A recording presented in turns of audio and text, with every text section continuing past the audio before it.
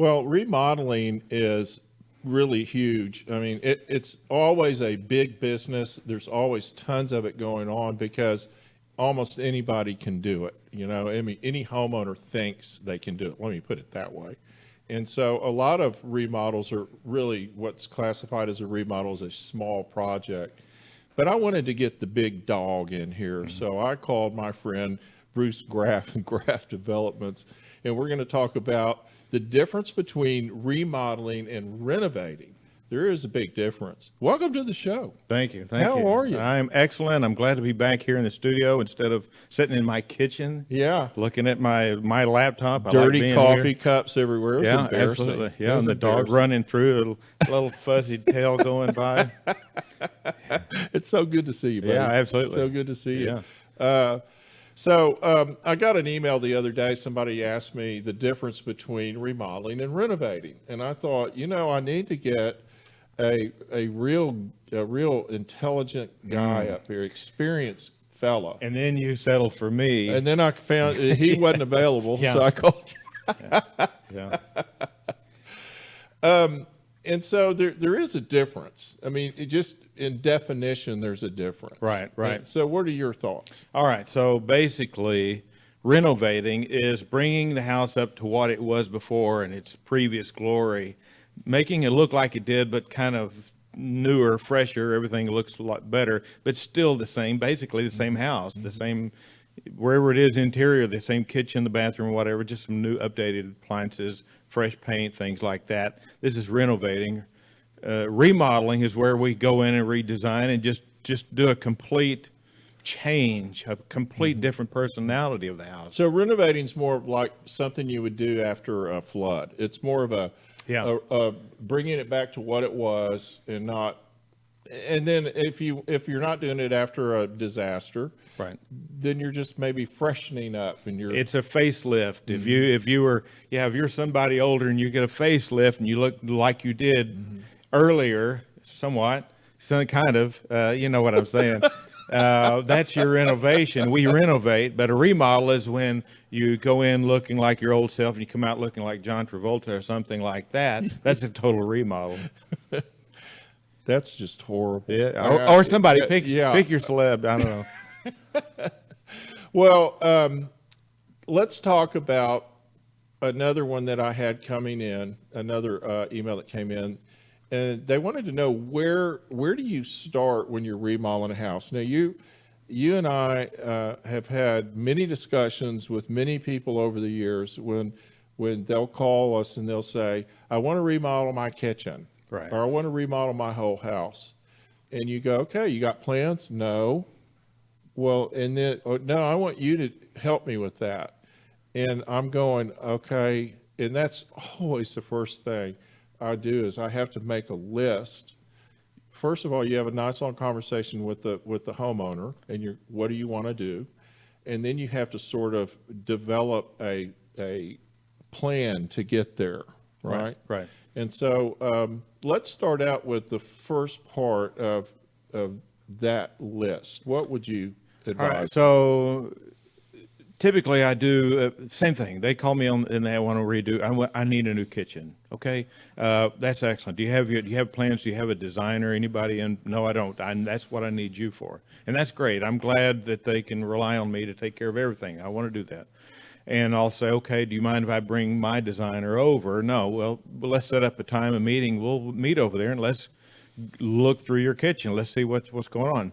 And when we get there, at that point, I don't assume I know. I mean, I walk into the kitchen, I immediately I can see why somebody would want to remodel his kitchen, but I don't bring up to them. It's kind of like when you go see the plastic surgeon and you say, doctor, I need you to do something about this. And he says, I absolutely can fix that nose.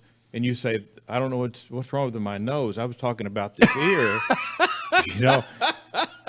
You can't assume we're thinking the same thing. That's hilarious. I love that. So, so I go in and I just ask them, okay, tell me, What do you is not it? like? What is it That's you don't like about your kitchen? Yeah, what is it you don't like? What is it you want? What have Yeah. you seen out there that you absolutely must have?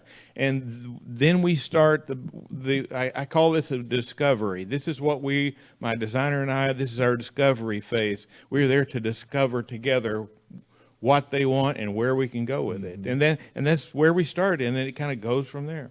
And so the first thing is deciding why you want to do it, if you want to do it, and of course, most importantly, I think, is Budget. what you want to do. Well, of course, budget, Yeah. budget. So, determining your budget is probably, well, that's kind of key to everything. And people, it's weird because people have such a different sense of what things cost than often than you and I do. And so they're looking at, they're going in and they're looking they'll Google, how much does it cost to remodel a kitchen? And then they'll go, wow, man, I can do that for that much? And then they talk to you or me and they're like, well, wait a minute. Yeah, that's not what Google How said. early do you want to bring that budget question into this discussion? After we have discussed where they're wanting to go, we're looking at what's bugging them, where they would like to go and all that. And then at that point, I'll say, okay, now I need a realistic budget. And I know a lot of people are reluctant to give you numbers, but it is absolutely critical that we're not wasting each other's time.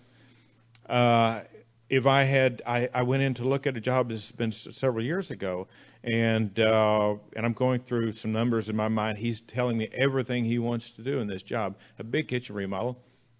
And I said, okay, what is your realistic budget? What kind of money are you wanting to spend? I'm not asking them, what are you able to spend? I'm asking you, what are you wanting to spend? Because it doesn't matter how much money they have. How much do they want to spend? And he said, I was thinking I've got about $25,000. I said, we're looking at 75 at least. I thought you wanted off. the whole kitchen. You're just talking about the appliances. That's it. That's it. And he said, well, there's absolutely no way. There's absolutely no way. I said, we just barely touched your granite. And I said, we've got your granite, your cabinetry is 25 probably by itself. Right. And then there's a granite. There's all the appliance package. There's the plumbing fixtures and all of this, and in the light fixtures. And I said, we haven't even lifted a hammer yet. We haven't actually done any work. That's just we product. haven't started upgrading the electrical and the plumbing that's going to be required to make this thing work. We're so way off. And I started giving him numbers. Just standing here in your kitchen, this is I can see this is going to cost about this much. Appliances is going to cost about this much. This is nuts. This much. You're wanting to bring gas in, which we don't have here. Gas is on the other side of your house, and we have to bring all that over here. Everything is permitted, inspected. And so I started going through the numbers, and he said, basically, okay, well, I'll get back in touch with you. So I knew that was the end of that conversation. Right. And about 3 months later, it was about 6 months later, I was at a NARI convention in our National Association of Remodeling Industry. I was at a get-together there, and I was talking to another contractor buddy of mine, and he said, hey, I'm actually doing a kitchen that you went and looked at for Mr. So-and-so. And I said, really? I said, what did that come to? And he said, about $76,000. I was off by $1,000, just guessing. And the guy did it, but he didn't want to call me back and say, guess what, you were right. Well, I've had this very thing happen many times, particularly this conversation.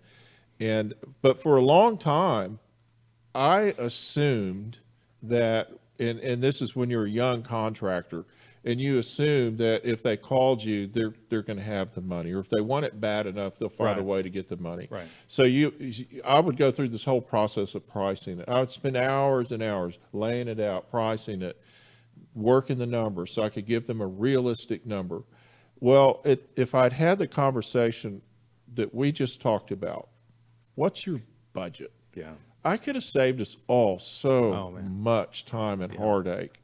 And so that is really, that is really, really important. So let's. What it is, let me add to that, because doing proposals, I absolutely hate it. It is. I would rather get a root canal than do proposals because my proposals are so detailed. It takes me days to put together a proposal because I mean, I have it on pages and pages, and I absolutely hate that because it's I'm so detailed. I think through every single step, and it's listed on there so that when we get to that point when we're doing the job and the client says, "Are we doing this?"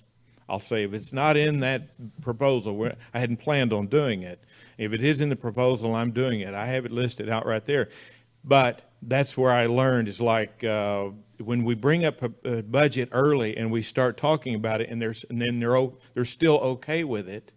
Then when we're doing the design work, my designer is working in that direction, knowing here's our budget numbers. We're going to try to stay within that range, you know.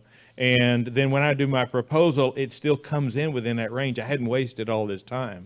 Well, and people just don't realize, nor many of them appreciate the amount of hours and hours it goes in. I mean, you can't, these numbers you don't just pull them out of the air. No. You have to figure out the square footage, and you have to set a reasonable square foot cost, you know, estimate or allowance or whatever, which I love the word allowance.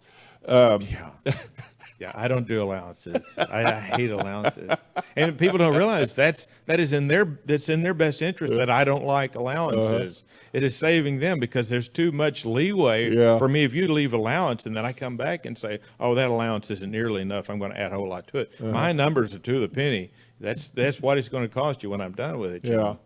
Well, I have found that I've lost that argument so many times. I just put allowance in there and let them go. There's certain times when they just want what they want, and and they don't want to be talked out of it. They don't. They just don't. They really don't want to be talked out of it. Your clients, are they coming to you now with design teams? How does that affect your process? They don't. Generally, they don't have their own designer. They are relying on me to have that person. But if for some reason they do have a designer, I'm fine with that. I work with a lot of different designers. So if they have their favorite designer, that is the key here, is that they are comfortable with whoever they're working with. If they love this designer, I want them to keep their designer, because as long as we get along, you know, it's a personality thing. And because it's important that they like me too, because if you're going to be writing large checks to people, you need to kind of like them. Yeah, at least when you start. Yeah. So no, I don't have a problem with that. I enjoy meeting new designers. Any new designers out there that need new contractors, I like that. So currently, we're experiencing all kinds of challenges everywhere for all kinds of things. What do you see as challenges in the remodeling industry during this sort of COVID crazy time? You touched on it before with Phil, and that is we have some really strange products that we are missing out there. My cabinet guys builds all of my cabinets for me. He said, I said, how are we coming with cabinets? He said, well, I'm great on the boxes. He said, I have no hardware. He said, this has never happened, but I cannot get any hardware for this. My flooring person, and you mentioned this also, she said, what size planks are we going in with? And I said, 5-inch. She said, not happening. And I said, so are we back ordered? She said, no, they won't even let me order it. That's how far behind 5-inch planks are. We had to settle on a 4 or 6. And then the oddest one, which has nothing to do with COVID, it has to do with this weird, freeze that we went through in March. Paint. No, paint, you can't get it. Paint it all froze in all the factories and all the warehouses. I did not know that. I did not know that's what it was. Yeah, that's what it was. I just know I talked to my painter and he goes, I'm running all over town just to get 5 gallons of paint. Just basic paint. And it's because of the freeze. It all froze, and that's never happened before. Oh my gosh. I had no idea. Yeah, that's a weird one. Well, we had an email, and I don't remember if I did the segment or not. I like doing these segments where people email me, and it's the Ask Alex segment coming up after this. And one of them was, when's the best time to paint the outside of my house? And when's it too hot, and when is it too cold? Right.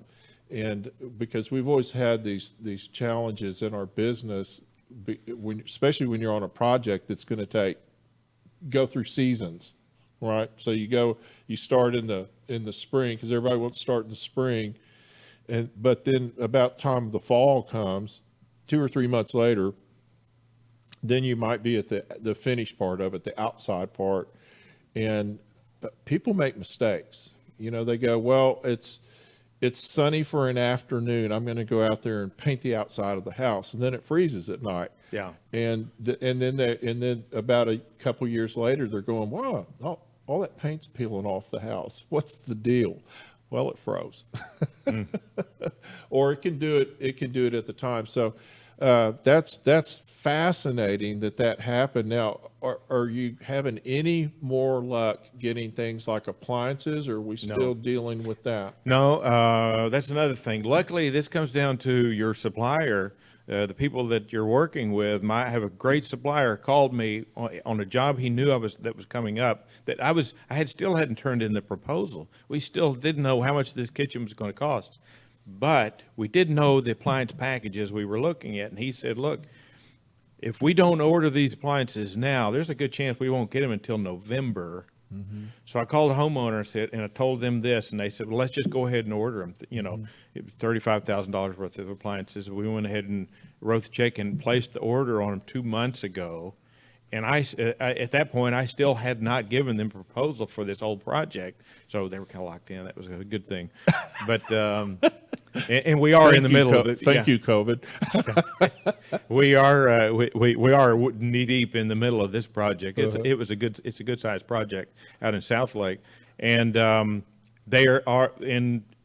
so luckily we got in most of our appliances by now, but there are still 2 of them that are back ordered that I still won't get until November sometime. But that's key, is that working with the right team of people that know you, that respect you, and have worked for you for a long time. My people will call me ahead of time and say, I need to give you a heads up. The Kohler people, my Kohler rep called and said, I know you've got a bathroom coming that you're doing proposal on. We have, our prices are getting ready to go way up next month. I need to let you know that right now if you want to get those ordered now. And so same thing happened. They went ahead and cut me a check for all of our product. The interesting thing that you brought that up is, of course, we've always dealt with that, particularly like windows. And the window salesman would call us up and say, oh, we're going to have a price increase in 6 weeks. We need to get that ordered. Of course, I was like, dude, you're just trying to get your commission check, right? And so that's not true anymore. No. It's actually happening. It is. And everything is getting hammered price-wise. Yeah. And what people have to understand is that we're talking everything from concrete, everything from the steel that goes in the concrete itself, the sheetrock, the mud. It literally is. It's in some appliances, and in some appliances they have all of the product to build the appliance except for the foam. The manufacturer that make the foam shut down for 3 months, and now they're so backed up on the foam for the insulation. You know what I'm saying? And it's just one of those weird products that is holding everything up. So we're having to learn a little patience as a society. And trust me, if you're in our business, we don't have much patience. We never have. Everybody particularly when you're in a remodel, you just want to get done. You want to get done because you don't realize whatever money you hopefully would make on the job until the end of the job, until that last check, because you're still paying all of your subs, you're buying product. And all this is, you know what I'm saying? This is money you're paying. It's stretched out. You stretch it out. So when they say, oh, you can't finish your job for another 3 or 4 months because of this 1 or 2 products, that really hurts. Sure. You're still paying your overhead. You're still buying gas. You're still paying insurance. You're doing all that stuff coming out of your pocket that normally those payments compensate you for. Yeah.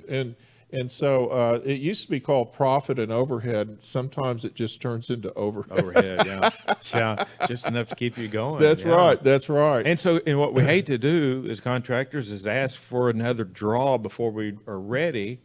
Well, it just gets you in a hole. Sure, I mean, you look up at the end of the job and you're like, well, now I'm coming out of pocket. hate that. Yeah. Yeah, I do too. It's like, so, if people out there that are watching that, if your contractor needs to ask you for another job, believe me, it's not because he wants to. Be kind. Yeah, yeah. Well, Yeah. how are you feeling about the next few months? Are you still getting a lot of leads? I still have designers out there working on projects. That I like that while they're working, I'm doing my remodeling. Designers are over here doing their thing. And so, yeah, we're still getting jobs lined up. And, Is the size of the jobs changing any? Is it getting better? Is it getting bigger, they're larger. smaller? Most of them are larger now, which I like. I like that a lot. Every now and then I'll get a small one in there, which is a good filler. Yeah, it's a good filler in between two big ones. I like those smaller jobs, and so I don't know. I'm comfortable right now. I hate to say where we're going to be because nobody just get knows. ready. Yeah, yeah. But It's we're great. okay right now. It's so great having you come in. Yeah. I really do appreciate it. Absolutely, I enjoy it. Yeah. I would tell you though, people that are at home, but now's a great time to remodel. But just because you're stuck at home looking at the same old stuff, let's upgrade and at least be happy when you come home at the end of the day. Yeah. You're in a great environment. Well, there's and those changes can be large or small. Yeah, absolutely. If you're officing out of home, or your kids are homeschooling or whatever, it might just be a room you need to fix, or you might not want to take more than that on if you've got everybody there. You want it to be kind of a controlled remodel as much as you can, which is always size and what you're doing. So anyway, thank you. Yeah, appreciate absolutely. you coming in. Yeah, it's always I great enjoyed it. having you here. Absolutely, let's do it again. Yeah, let's do it again. I like that jacket. You're looking Thank you. slick, Thank you. looking good. Well, I realized the last time I was on here, I wore the same shirt. Yeah. And I thought, well, But you had your wife's glasses on, and it went well with it. So we got lots of compliments on that. Okay, good. We're going to take a quick break. When we come back, we're going to have the Ask Alex segment. Stay tuned.